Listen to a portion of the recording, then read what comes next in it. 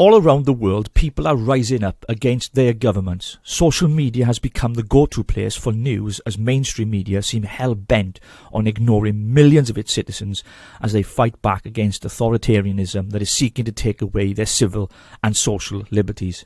It started with flattening the curve and has now moved into mandating a medical intervention and showing your papers to gain entry into places and events.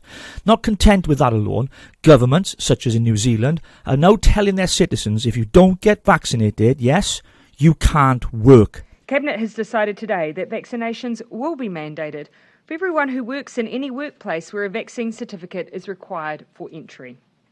In the new COVID-19 protection framework, this includes hospitality, events, gyms, and close proximity businesses such as hairdressers and barbers. Scenes in parts of Australia have seen the police brutally beat and arrest its people for simply not having a COVID pass. Closer to home, there have been many protests, many of which I've attended myself, such as Freedom Day back in June. But it seems us Brits are either too gullible or just don't care as much as our friends across Europe. Other European countries, we've seen huge demonstrations against tyrannical governments mandating draconian measures, all in the name of a public emergency. The impact this is having on society and families is huge. It's created divisions, all because we allowed politicians to get away with it. This has to stop. And the only way is for us all to come together and say enough is enough. We will not comply. Whether you are vaxxed or not, the taking away of our freedoms is evil.